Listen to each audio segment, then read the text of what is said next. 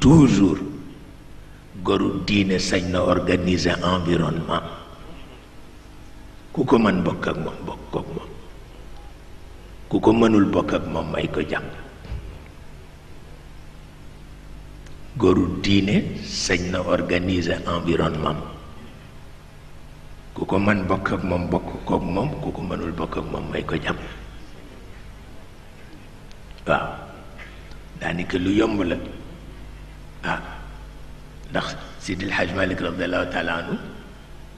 dafa am lu mu def ba noppi firi ko te ci alquran yàlla nanguwu ko mooy dafa jël bagage am pour dem dëkkaali jeg yonent bi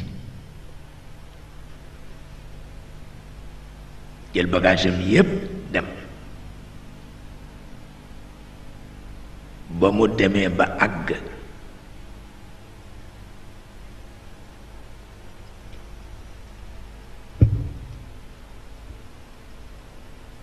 benn góor bu yiw gis ko fa ni ko foo dëkk mu ni ko Sénégal la dëkk mu ni ko luy wut si fii mu ni ko dama dëkkaale si ak yonent bi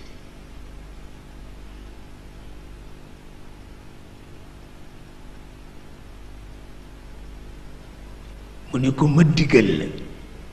mu ni ko waaw mu ni ko mokkal nga Fatiha mu ni ko waaw mu ni ko demal ñibbi koo gis te mokkalu ko nga jàngal ko ko moo gën di farata nga ñëw di dëkkaale ak yonent bi fii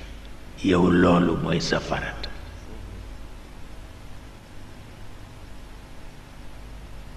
te la ko waxe ni ko hada zamanu sukut wa luzumul buyut qailul haq yudrabu bin nabut mu ni ko bii jamono tëj sa gémmiñ la ak taqoog sa néeg bañ ko génnati ndax kenn nangootu la dégg dëgg ku dégg dëgg rekk jël yat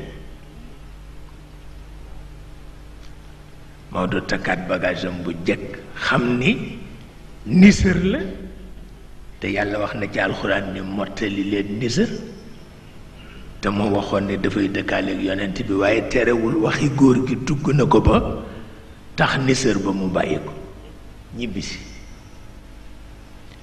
waxuma ni ku ne jàngal na la Fatiha waaye lim fi jàngale tabarkal la yal na ko yàlla gën a barkeel waaw loolu rek mooy li nga xam ne moo ci nekk hada zamanu sukutin ma luzumi buyutin qailul xaq yusa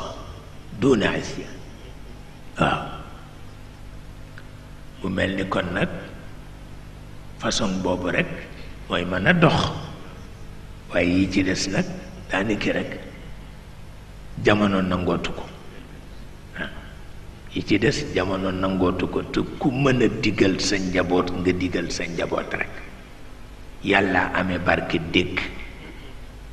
ku mu ci barkeel sa noppi dinga ko dégg waaye jamono bi dafa soppeeku ba mu ëpp waaw dafa soppeeku ba mu ëpp te fépp la soppeekoo nag foo dem rek fekk ko fa foo dem rek fekk ko fa nga xam ne mbir yàlla la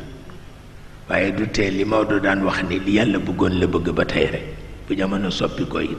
ne la mu bëggoon la bëgg ba tey rek te mooy rek ruuxu taqdir nga am ko waaw lu ne nga xam fa nga cay yem te bañ ko paase lu ne nga xam fa nga cay yem te bañ ko paase lu ne nga xam fa nga cay war a yem te bañ ko paase loolu rek mooy